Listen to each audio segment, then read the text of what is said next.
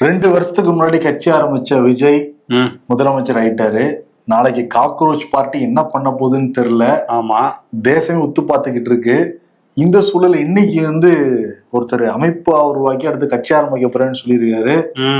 மக்கள் சார்பில் இருந்து ஒன்னே ஒண்ணுதான், போதும் போதும், ஹவுஸ்ஃபுல் ஆயிடுச்சு, இவ்வளவுதான் நாங்க தாங்க மாட்டோம், எல்லா வீதியிலையும் ஒரு கட்சி வந்துரும் போல இப்படியே போச்சுன்னா அப்படிங்கிற மாதிரி மக்களோட மைண்ட் வாய்ஸ் இருக்கும். ஆமா, ஓகே, நிறைய செய்திகள் இருக்கு, பாத்திரலாம்.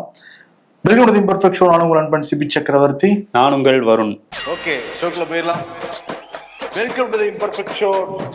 குளு குளுன்னு காத்து வீசுது. உங்கள் சத்யாவில் குளு குளு ஏசி ஆஃபர்.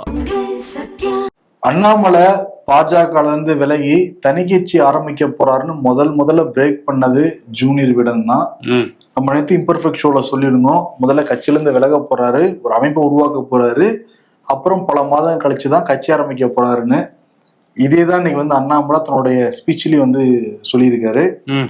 ராஜினாமா கடிதத்தை ஏத்துக்கிட்டாங்க நிதின் நவீன். அவர் 5 பக்கம் ரெசிக்னேஷன் லெட்டர் கொடுத்தா கூட 5 நாள் கழிச்சு ஏத்துக்கிட்டு இருக்காங்களா? 1.5 பேராகிராஃப்ல ஏற்றுக்கொள்ளப்பட்டது அப்படின்னு சொல்லிட்டு அண்ணாமலை இன்னைக்கு லைவ்ல பேசினாரு. முதல்ல பத்திரிகையாளர் சந்திப்பு நடத்துற மாதிரி தான் இருந்துச்சான்.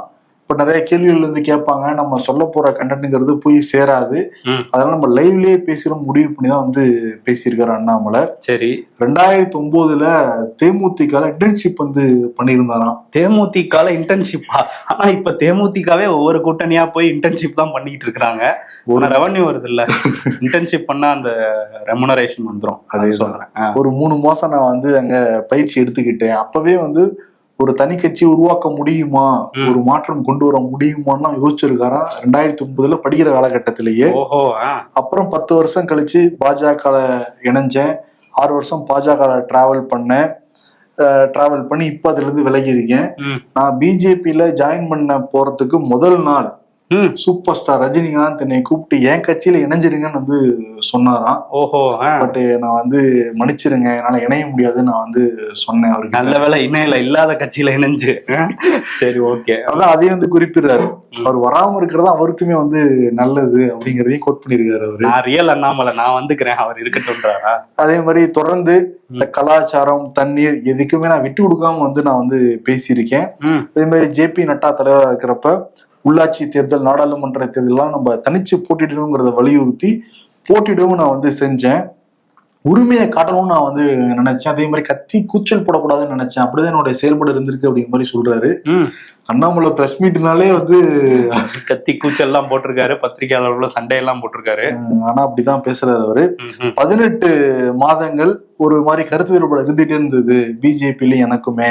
18 மாதங்கள்னா அந்த பதவி பறிக்கப்பட்ட டைம்ல இருந்தே இருந்திருக்கு போல. அதான் நான் வெளியே போறேன்னு நான் சொன்னேன். அதுக்கான காலவாசத்தையும் நான் கொடுத்தேன்.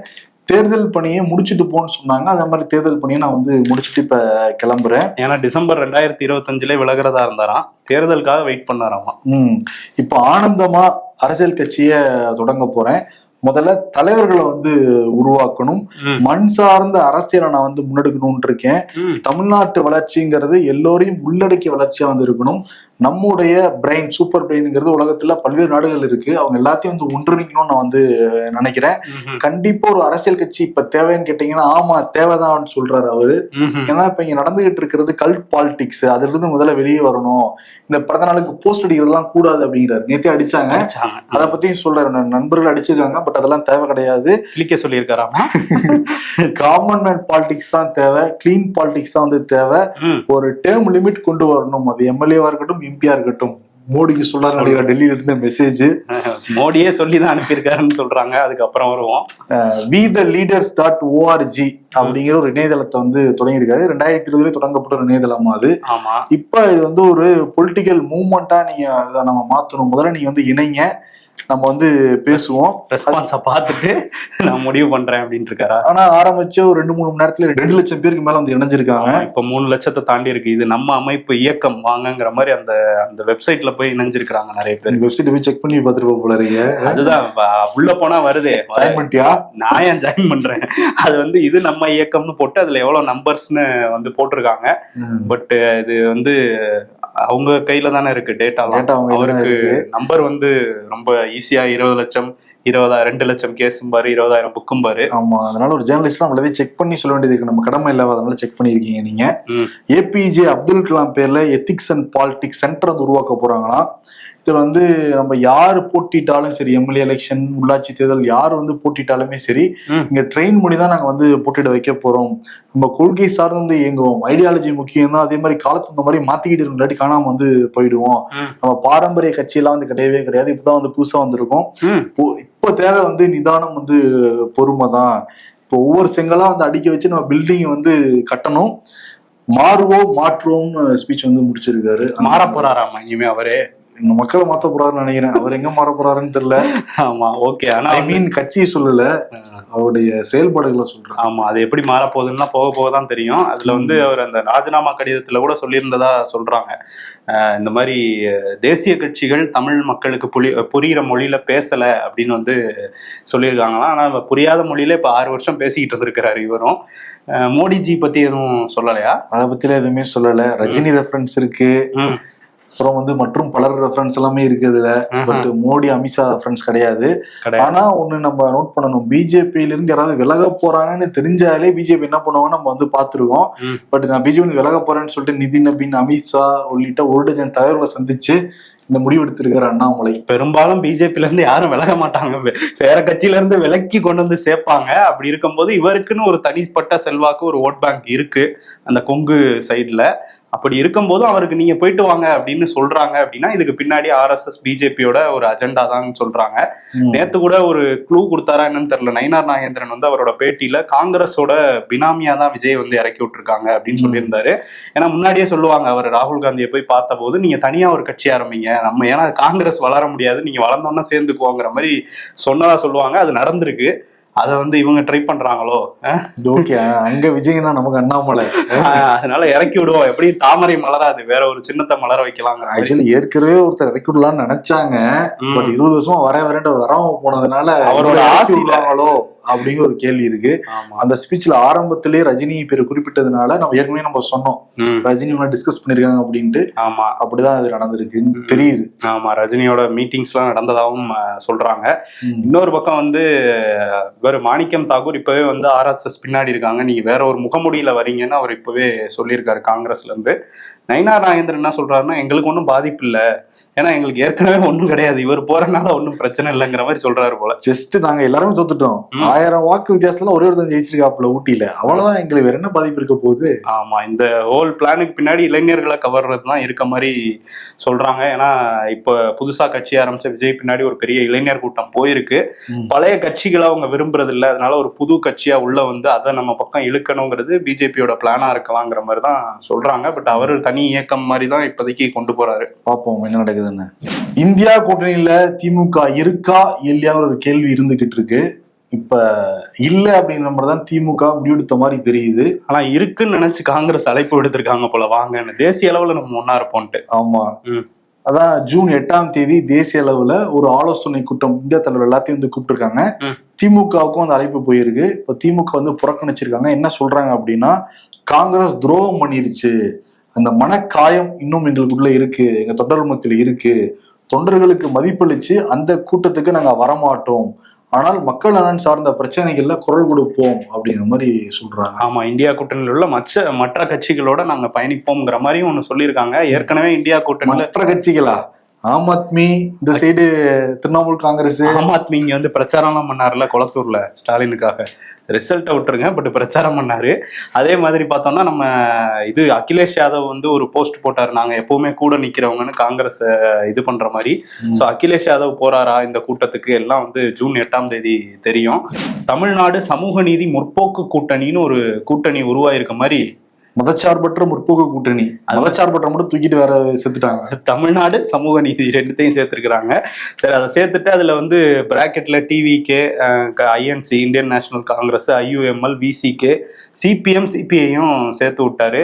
கொந்தளிச்சிருக்கிறாங்க சிபிஐல இருந்து, சிபிஎம்ல இருந்து. சிபிஎம்ல இருந்து என்ன சொல்றாங்க அப்படின்னா, எங்க கிட்ட அணுகவோ இல்ல ஆலோசனையோ வந்து பெறவே இல்லை, எங்களோட பேரை பயன்படுத்தினதே வந்து தவறானது, இது அதிக பிரசங்கி தனத்தை வந்து காட்டுது பிரவீன் சக்கரவர்த்தி போட்ட ட்விட் அப்படின்னு சொல்லிட்டு சண்முகமே அதை போட்டிருக்காரு. ஆமா, சண்முகம் சொல்லியிருக்காரு. இன்னொரு பக்கம் சிபிஐல இருந்து அதான் சொல்றாங்க, இப்படி ஒரு கூட்டணியே இல்லை, அவர் சொல்றது தவறானது அப்படின்னு வந்து சொல்லியிருக்காங்க. ஏன்னா சிபிஐ சிபிஎம் தெளிவா சொல்லிட்டாங்க, நாங்கள் வெளியே இருந்தா ஆதரவு கொடுக்க போறோம்னு சொல்லிட்டு. இது விசிகா தலைவர் திருமாவளவன்ட்டையும் கேட்டாங்க. பிரவீன் சக்கரவர்த்தி ஃபோன் பண்ணி வாங்க அப்படின்னு சொல்லியிருந்தாரு. நான் வெளியூர்ல இருக்கனால எங்க கட்சிக்காரங்க போவாங்கங்கிற மாதிரி அதை வேட்புமனு தாக்கலுக்கு சொல்லியிருக்காரு. ஸோ விசிகா அப்படி கமிட் பண்ணிக்க மாட்டேங்கிறாங்க. விசிகா எதுலையுமே மெல்ல மெல்ல வருவோம், டக்கு டக்கு நீங்களே கோத்து விடுறீங்களே, எங்களை நீங்க இழுத்து விடுறீங்களே. காயிதே மில்லத்தோடைய 131வது பிறந்த தினம் என்று தமிழ்நாடு முழுக்க அவருக்கு வந்து மரியாதை செலுத்தினாங்க. இன்னைக்கு சென்னையில முன்னாள் முதலமைச்சர் மு.க. ஸ்டாலின் மரியாதை செலுத்த வர்ற சமயத்துலதான் வந்து முதல்ல ஜி.கே. வாசன் வந்திருக்காரு. ஸ்டாலின் வர்றாரு, நீங்க வெயிட் பண்ணுங்கன்னே ஜி.கே. வாசன் அமைதியா வெயிட் பண்ணிட்டாரு. அடுத்து செல்வ பெருந்தை வந்திருக்காரு. செல்வ பெருந்தை வந்து டைரக்டா மரியாதை செலுத்த போனோடனே திமுககாரங்க வந்து நீங்க முதல்ல போக கூடாது, எங்க தலைவர் ஸ்டாலின் தான் முதல்ல மரியாதை பண்ணுவாருன்னு சொன்னோடனே காங்கிரஸ் கட்சிக்காரங்களும் திமுக கட்சிக்காரங்களும் ஒரு பயங்கரமான ஒரு தள்ளுமுள்ளே நடந்த தள்ளுமுள்ளு வார்த்தை போர்லாம் நடந்திருக்கு. அதுல செல்வ பெருந்தையை பார்த்து திமுக ஆட்கள் துரோகின்லாம் சொன்னாங்க. இதெல்லாம் தாண்டி பல கெட்ட வார்த்தைகள் கூட வந்து பயன்படுத்தினாங்க. அதெல்லாம் நம்ம வந்து சொல்ல முடியாது. ஆமா. அப்புறம் முன்னாள் முதலமைச்சர் ஸ்டாலின் மரியாதை செலுத்திட்டு போனதுக்கு பிறகு செல்வ பெருந்தையும் மரியாதை வந்து செலுத்தியிருக்காரு. செலுத்திட்டு அது அந்த காயம் இருக்கும் தானே அவங்களுக்கும், நாங்க வந்து கூட்டணியில இருந்து உடனடியா வெளியே வந்தது அப்படிங்கிறது, அதனால பெருசாக்க வேணாங்கிற மாதிரி செல்வ பெருந்தையை பேசிட்டு போயிருக்காரு. பட் திமுக ஏன் புரியலன்னு தெரியல, அவரே திமுக உடன்பிறப்பா தான் சுத்திக்கிட்டு இருந்தாப்புல. சுத்திக்கிட்டு இருந்தாரு. இப்ப வேற மாதிரி மாறி இங்க வந்திருக்காரு தாவேகா பக்கம். ஆனா காயிதே மில்லத் அவரோட இடத்துல மரியாதை செலுத்த போன இடத்துல ரொம்ப கெட்ட வார்த்தைகள்லாம் வந்து பிரயோகிச்சிருக்காங்க அங்க உள்ள அந்த திமுகவினர். சட்டையெல்லாம் முடிச்சு தள்ளி விட்டுருக்காங்க, தள்ளி விட்டுருக்காங்க. இன்னொரு பக்கம் வந்து முதலமைச்சர் விஜயுமே வந்து அங்க போயிருந்தாரு. போய் அந்த மலர் போர்வை பொறுத்தர அந்த மரியாதையெல்லாம் வந்து பண்ணியிருந்தாரு. இதை முடிச்சுட்டு அவர் வந்து கிளம்புனதுக்கு அப்புறம் இப்ப எம்.எம். அப்துல்லா வந்து பயங்கரமா கொந்தளிச்சிருக்காரு திமுகல இருந்து. ஏன்னா வந்து ஐயுஎம்எல் தலைவர் காதர் மொய்தீனோட சேர்ந்துதான் முதல்வர் வந்து அந்த மரியாதையெல்லாம் பண்ணாரு. அந்த நேரத்துல அவர் என்ன சொல்லியிருந்தாருன்னா, காதர் மொய்தீன் ஒரு 100 கனவு அமைச்சரவையில் இடம்பெறணுங்கிறது அது நிறைவேறி இருக்கு அப்படிங்கிற மாதிரி சொல்லியிருக்காரு. அதே மாதிரி விஜய் ஒரு உயர்ந்த மனிதர் அப்படின்லாம் சொன்னதுனால பயங்கர கோபமாயி எம்.எம். அப்துல்லா வந்து இறக்கியிருக்காங்க திமுகல இருந்து. அது எப்படி அவர் ஒரு விஜய் ரசிகர் மன்ற தலைவர் மாதிரி பேசுறாரு, அவருக்கு நாங்க தகைசால் தமிழர் விருதெல்லாம் கொடுத்துருக்கோம் திமுக ஆட்சியில, அது இப்போ இந்தியாவில் எப்படி பாரத ரத்னாவோ அது மாதிரி தமிழ்நாட்டுக்கு ஒரு பெரிய விருது, 100 கனவுலாம் சொல்றாரு. அதாவது அண்ணா ஆட்சியில இருந்து திமுக அதிமுகலாம் வந்து முக்கியமான பொறுப்புகள்லாம் இஸ்லாமியர்கள் இருந்திருக்காங்க அப்படிங்கறதெல்லாம் சொல்றாரு. இஸ்லாமியர்கள் இருந்திருக்காங்க, கூட்டணி கட்சி, அவர் அப்படியே வேற மாதிரி கட்சிக்காரங்க இருக்காங்களா கேள்வி. அவர் வந்து ஐயுஎம்எல் வந்து வந்திருக்கு அமைச்சரவையிலங்கிற மாதிரி தான் சொல்லியிருந்தாரு. பட் இவர் இஸ்லாமியர்கள் வந்திருக்காங்க மாதிரி வேற ஒரு ட்விஸ்ட் பண்ணி பேசின மாதிரி தான் இருந்தது. இன்னொன்னு சொல்றாரு, இஸ்லாமியர் எல்லாருமே திமுக தான் நிக்கிறாங்கிறத கோடிட்டு காட்டியிருக்காரு எம்.எம். அப்துல்லா. ஆமா, ஐயுஎம்எல் வேணா அங்க இருக்கலாம், ஆனா இஸ்லாமியர்கள் நம்ம பக்கம் தான் இருக்காங்க அப்படிங்கிற மாதிரி சொல்லிருக்காரு. ஏற்கனவே மனிதநேய மக்கள் கட்சி வந்து இந்த மாதிரி தனிச்சில தான் போட்டியிட போறோம்னு அவங்க சொல்லிட்டு இருக்காங்க. தமிமுன் அன்சாரி எல்லாம் இருக்காருல்ல, சோ அதனால சொல்றாங்க.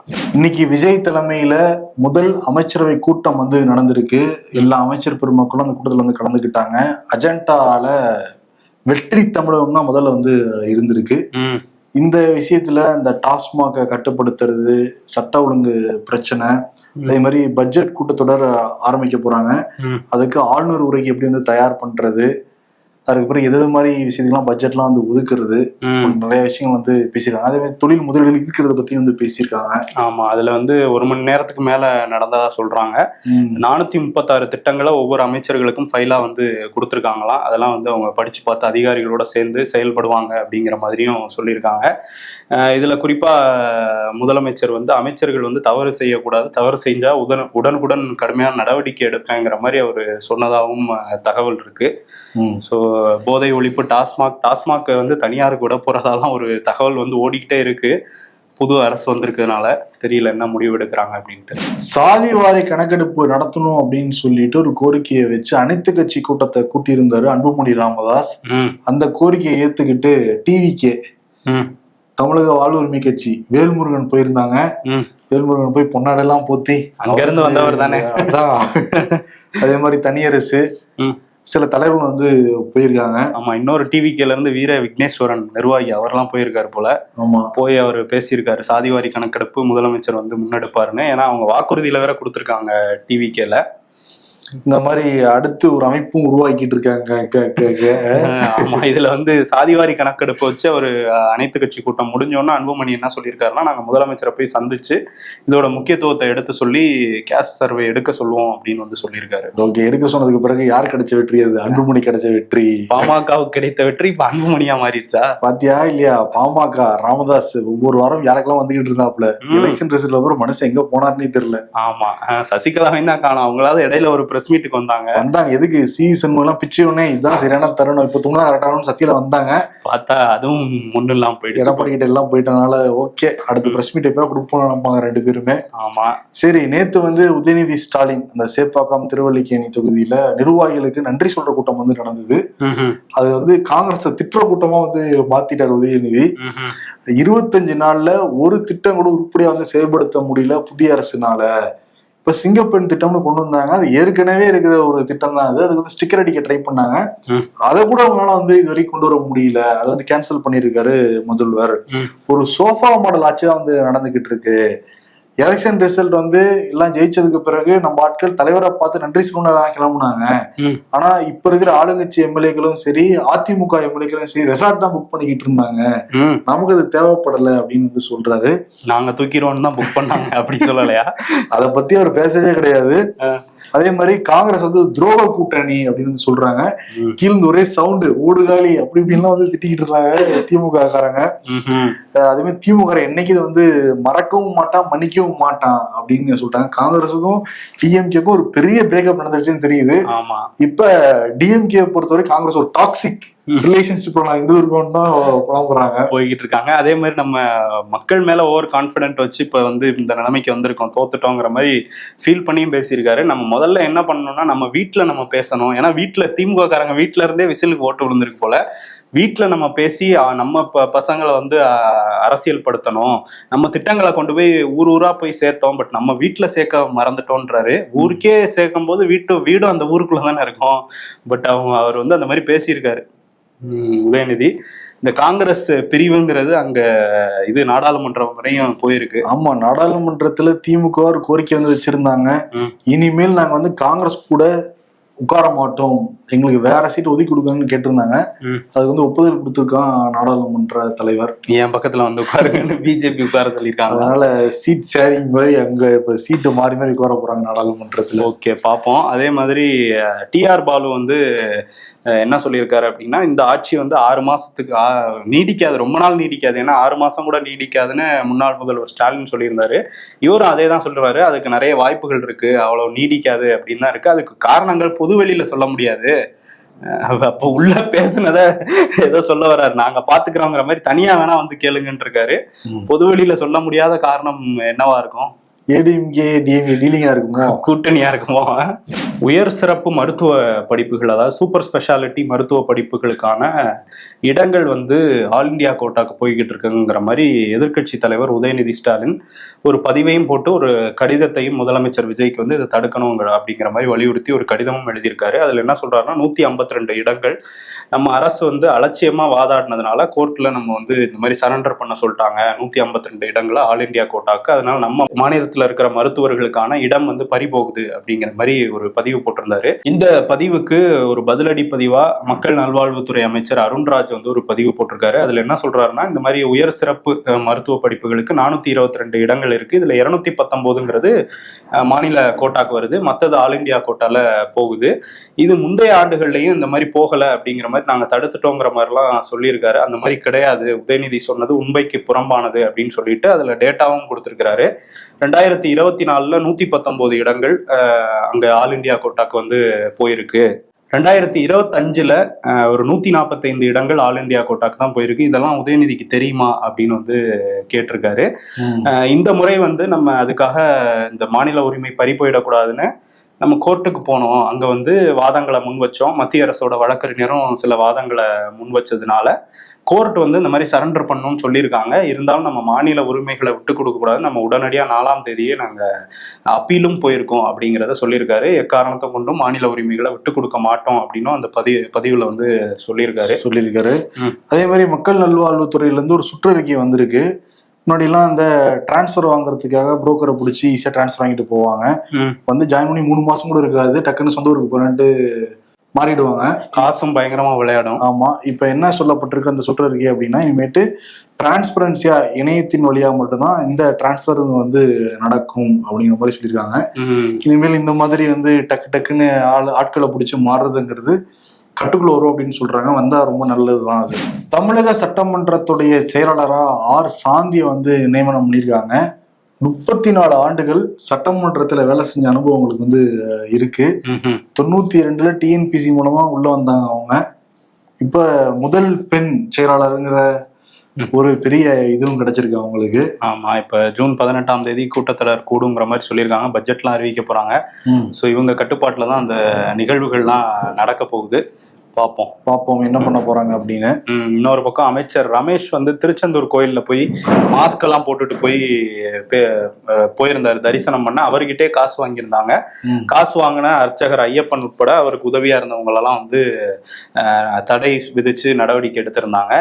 இப்ப அதுக்கு அதிகாரிகளும் உடந்தை அப்படிங்கிற புகாரும் வந்ததுக்கு அப்புறம் என்ன பண்ணிருக்காங்கன்னா, அந்த கோயிலோட இணை ஆணையர், கோயில் நிர்வாகத்தோட இணை ஆணையரா இருந்த ராமு, உதவி ஆணையரா இருந்த மெய்வேல், இவங்க 2 பேரையும் அதிரடியா பணியிட மாற்றம் பண்ணியிருக்காங்க. இது பல கோயில்கள்லயும் இருக்கு. அதுக்கப்புறம் வந்து நடவடிக்கைகள் எடுக்கணுங்கிற கோரிக்கையும் வந்திருக்கு. ஓகே, இன்னொரு பக்கம் வந்து தென்காசியில ஒரு வீடியோ பயங்கர வைரல். தென்காசியில ஒரு அங்கன்வாடியில ஒரு சின்ன குழந்தை மேல சாக்கு போத்துறாங்க ஒரு ஆசிரியை. அது வந்து பயங்கர வைரல் ஆனதுனால இப்ப அவங்களை கைது பண்ணிருக்கிறதா தகவல் வந்திருக்கு. சாக்க போட்டு அடிக்கிறாங்க. அந்த வீடியோ பாக்குறது ரொம்ப பயமா இருக்கு நமக்கே. அந்த குழந்தைக்கு வந்து என்ன தெரியும், அப்பதான் முதல் நாள் ஸ்கூலுக்கு வருவாங்க அவங்க. எப்படி ஒரு மனநிலையோட இந்த மாதிரியான சில ஆட்கள் இருக்காங்க, அவங்களெல்லாமும் களை எடுக்கணும். இன்னொரு பக்கம் வந்து சிவகங்கை மாவட்டம் திருப்பத்தூர் பக்கத்துல அந்த கீழசிவல்பட்டி காவல் நிலையத்துக்கு உட்பட்ட பகுதியில கண்மாயை ஒட்டி ஒரு 10ஆம் வகுப்பு சிறுவன் பரிதாபமா உயிரிழந்து கிடந்திருக்காரு, கழுத்தறுபட்டு. இது என்னன்னு விசாரிக்கும் போது அவர் நண்பர்களோட போய் அங்க மது அருந்திருக்காரு. 10ஆம் வகுப்பு படிக்கிற அந்த அஸ்வின்கிற சிறுவன் அவர் நண்பர்களோட போய் மது அருந்திருக்காரு. அதுல ஏற்பட்ட தகராறுல அந்த நண்பர்கள் அவரை கொலை பண்ணி போட்டுட்டு போயிட்டாங்க. 10ஆம் வகுப்பு படிக்கிறவங்க கையில கூட மது வந்து போயிருக்கு. அதனால ஒரு சண்டை வந்து ஒரு கிரைமும் நடந்திருக்கு. மதுவால எவ்வளவு கிரைம்ஸ் வந்து நம்ம பார்த்துக்கிட்டே இருக்கோம் தொடர்ந்து. நாட்டுல இவ்வளவு பிரச்சனை இருக்கு. குன்னூர்ல வந்து கவுன்சிலர் கூட்டம் வந்து நடந்திருக்கு. அங்க வந்து முதல்ல ஒரு விஜய் போட்டோ மட்டும் தான் இருந்திருக்கு. உடனே திமுக ஆட்கள், அதிமுக ஆட்கள் எங்க தலைவர் போட்டோவும் வைக்கணும் அப்படின்னு சொல்லிட்டு அடம் பிடிச்சு ஸ்டாலின் போட்டோவும் எடப்பாடி பழனிசாமி போட்டோவும் வச்சிருக்காங்க. இப்ப அங்க 3 போட்டோவும் இருக்கு. முன்னாள் முதல்வர்களோட சேர்ந்திருக்கா. போட்டோவா முக்கியம், களத்துல என்ன பணியாற்றுறீங்க, மக்களுக்கு என்ன சேவை செய்யறீங்க, அங்க இருக்கிற ஏரியாக்கள்லாம் கிளீன் ஆச்சா இல்லையாங்கிறதான் முக்கியம். அதுதான் வேலை அவங்களுக்கு. ஆனா போட்டோ மாற்றுறதுல தான் குறியா இருக்காங்க. அதுலயும் அவர் முன்னாள் முதல்வர் ஓபிஎஸ் மட்டும் ஏன் விட்டாங்க, அவரையும் மாட்டி விட்டுருக்காங்கல்ல. ஆதரவாளர்களே இல்லையே, அதுவும் வாய்ப்பு இல்லை. ஸ்டாலின் வந்துட்டார்ல, ஸ்டாலின் போட்டோ இருக்கு அவருக்கு. ஓகே, சரி. இன்னொரு பக்கம் வந்து ஒரு வீடியோ இணையத்துல வந்து பயங்கர வைரலா போயிட்டு இருந்தது. அந்த பட்டுக்கோட்டை பகுதியில ஒட்டி உள்ள ஒரு கிராமத்துல ராஜா அக்ஷயா அப்படிங்கிற தம்பதி வாழ்ந்துட்டு இருந்திருக்காங்க. அந்த அக்ஷயா வந்து திருச்சியில ஒரு பியூட்டி பார்லர்ல வேலை பார்த்ததா சொல்றாங்க. அந்த டைம்ல திருமணத்துக்கு மீறிய ஒரு உறவுல வந்து இன்னொரு வாலிபரோட இருந்ததா சொல்றாங்க. இதை வந்து தெரிஞ்சுக்கிட்ட கணவர் ராஜா வந்து கண்டிச்சதா சொல்றாங்க. அதுக்கப்புறம் ஒரு நாள் வந்து நடந்த மாதிரி ஒரு வீடியோவும் வந்து இப்ப வெளியாயிருக்கு. அவனை வெளியே வர சொல்லு அப்படி இப்படின்னு சொல்லி, நான் வந்து இந்த மாதிரி பண்ணிட்டேன், என்னை ஏமாத்திட்டா, என் பையன் வேற இருக்கான் அப்படின்லாம் சொல்லி பேசுறாரு. பேசிட்டு அந்த என்ன நடந்திருக்குன்னா, போலீஸ் சொல்றது என்னன்னா, அந்த பெண்ணை வந்து பல இடங்கள்ல கத்திய வச்சு இந்த ராஜாங்கிற நபர் வந்து குத்திருக்காரு. இப்ப அவங்க மருத்துவமனையில சிகிச்சையில இருக்கிறாங்க. அவர் ஜோஸுங்கிற ஒருத்தரோட தான் அவங்க வந்து திருமணத்தை மீறிய உறவுல இருந்திருக்காங்கிற மாதிரியும் தகவல் வருது. அந்த பையன் வீடியோ பாக்குறவே ரொம்ப அதிர்ச்சியா இருந்துச்சு. சோசியல் மீடியா சென்சேஷன் ஆக்சுவலி போயிட்டு இருந்துச்சு, ட்விட்டர்லயும் இன்ஸ்டாகிராம்லயும். இது அந்த பையன் அந்த அப்பா பயமா இருப்பான்னு கதற காட்சிகளை பார்த்தாலே வந்து மனசு பாரமா இருக்கு நமக்கு. இப்ப அந்த பையனை சிறுவர் காப்பகத்துல வந்து ஒப்படைச்சிருக்காங்க. அந்த ராஜா நபரை கைதும் பண்ணிருக்காங்க. டிகே சிவகுமார் பதவியேற்று 2 நாள் தான் ஆகுது. அவரோட அமைச்சரவையில ராமலிங்க ரெட்டி அப்படிங்கிற மூத்த தலைவருக்கும் அமைச்சர் பதவி கொடுத்திருந்தாங்க. அவர் எனக்கு வேணாம் அப்படின்னு ஒரு வீடியோல ரெசிக்னேஷன் லெட்டர்ல சைன் போட்டு கொடுக்குறாரு. அவர் என்ன காரணமா சொல்றாருன்னா, அந்த பெங்களூரு டெவலப்மெண்ட்டுங்கிற போர்ட்போலியோவை எனக்கு தான் தரேன்னு சொன்னாங்க. அதுவும் 2 வாட்டி சொன்னாங்க, ஆனா எனக்கு கொடுக்கல.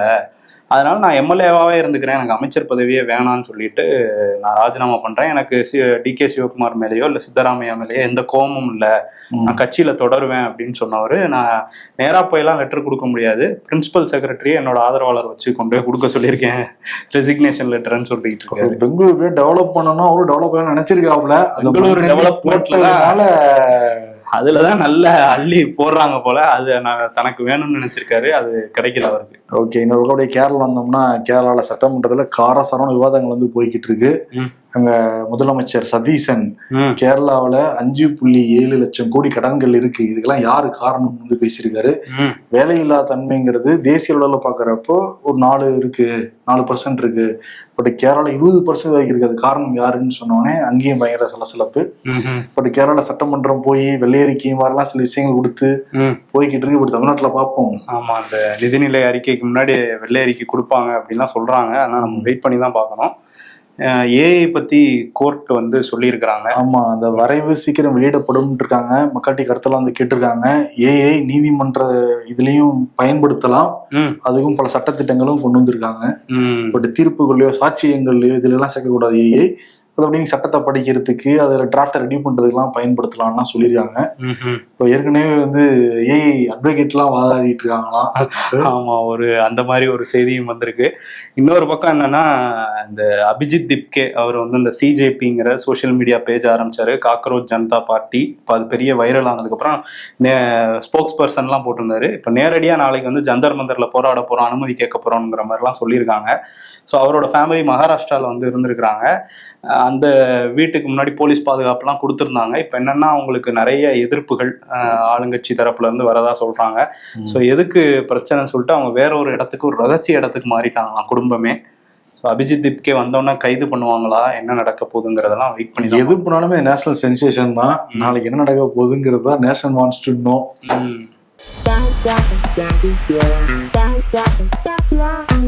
ஸ்கிரிப்ட் பேப்பர் இல்லாத ப்ரோ சட்டமன்றத்துல உட்காந்துருக்காரு. ஸ்கிரிப்ட் பேப்பர் மனப்பாடம் செஞ்ச ப்ரோ மேடையில பேசுறாரு. வாழ்க்கையில நாம இந்த பக்கமா ஒரு பிரச்சனையை சுருட்டி முடிச்சா இன்னொரு பிரச்சனை நமக்கு பின்னாடியே சுத்தி சுத்தி வருது.